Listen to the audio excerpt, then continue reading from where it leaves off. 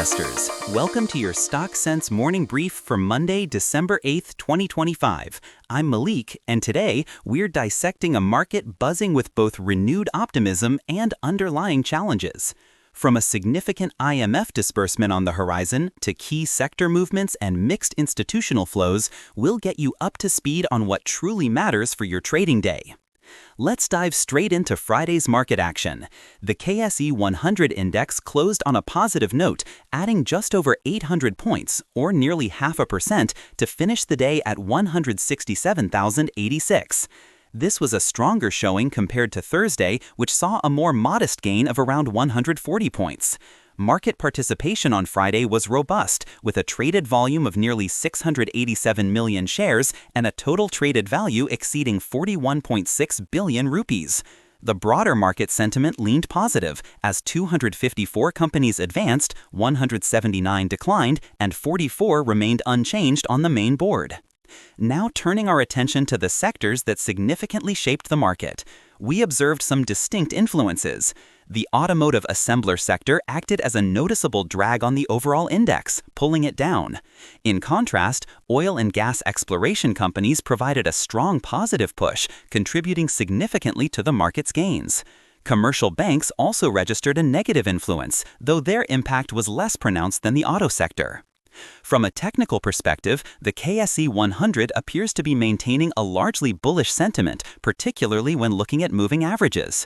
Most short-term and long-term exponential and simple moving averages are flashing buy signals, indicating underlying strength.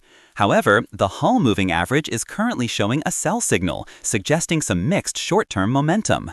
For key levels to watch, our pivot analysis points to immediate support around 160,250, with resistance levels to monitor near 170,050. On the corporate front, today, December 8th, marks a busy day for several companies. Pakistan Oxygen Limited, Mitchell's Fruit Farms Limited, and Jahangir Siddiqui & Co. are all holding board meetings to consider matters beyond financial results. Additionally, shareholders of Fauji Fertilizer Company, Mitchell's Fruit Farms, Sapphire Fibers, and Reliance Cotton Spinning Mills have their annual general meetings scheduled for today. Investors in the Pakistan General Insurance Company Limited should also note that their book closure period begins today. Moving on to the broader economic landscape, we have some significant developments that could sway investor sentiment. In a major boost for Pakistan, the IMF board is scheduled to meet tomorrow to approve the disbursement of $1.2 billion. This is crucial for strengthening our foreign exchange reserves and boosting overall investor confidence. There's also positive news from the petroleum minister, who announced that Pakistan will begin selling excess gas in international markets from January 1st. This could be a game changer, not only generating vital foreign exchange, but also attracting significant foreign investment in oil and gas exploration and infrastructure, including plans for multi-billion-dollar projects like Reko Diq and new oil pipelines. The rupee is also showing resilience, expected to break the 280 barrier against the US dollar by year-end, which could help ease inflationary pressures. Furthermore, a softening international oil market is a clear benefit for Pakistan, reducing our import bill, and the cement industry appears to be finally finding its pulse, signaling increased construction activity. However, there are areas of concern that demand attention. The textile sector continues to face a competitiveness crisis, leading to a fourth consecutive month of declining exports, with a drop of over 6% in the July-November period. This significantly impacts national earnings and employment. Similarly, non-textile exports also saw a dip of over 14% in the July-October period, indicating a broader weakness in our export base. A recent report also highlighted the exits and operational shifts of multinational corporations, suggesting that Pakistan's business environment is at a turning point, which could affect foreign direct investment. Lastly, while lowering import costs, soft petroleum demand is a mixed signal, also pointing to subdued economic activity.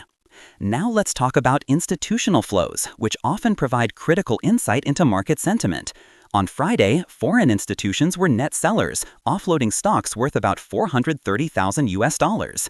In contrast, local institutions were net buyers, injecting roughly the same amount, about $430,000 into the market.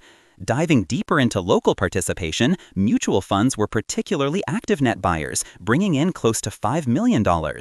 Overseas Pakistanis also showed strong buying interest, adding about $1.46 million. On the flip side, insurance companies were significant net sellers, offloading nearly $4 million, with foreign corporates also showing net selling pressure, exiting positions worth almost $1.9 million. Broker proprietary trading also saw net selling of over $2.1 million. Individuals were net buyers, contributing just over $1.1 million, and banks were also net buyers, with around $870,000.